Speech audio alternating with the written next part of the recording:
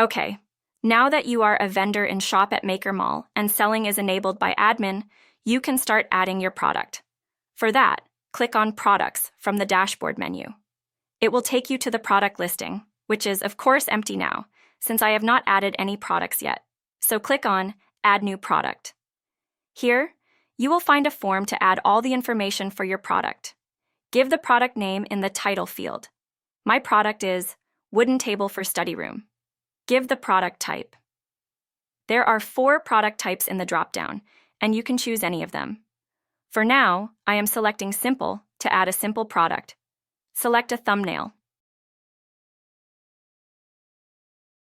There is a field called Downloadable, which you would click if your product was a downloadable one, like a song or video, etc.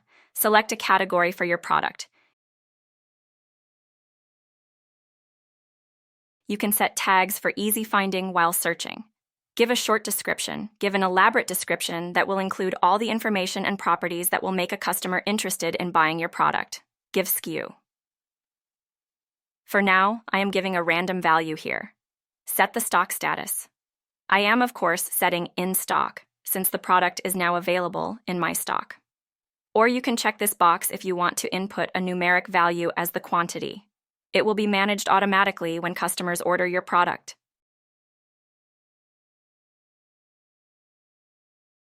Provide shipping and tax information.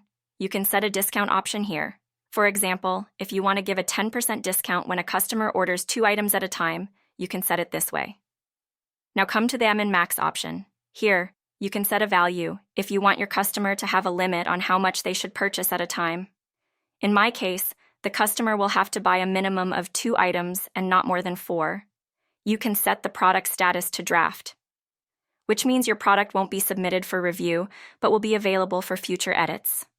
For now, I am keeping it as it is, saving product now. Now, the product is submitted and waiting for admin approval. If you create the product with valid information and nothing is lacking, it won't take much time to get approval.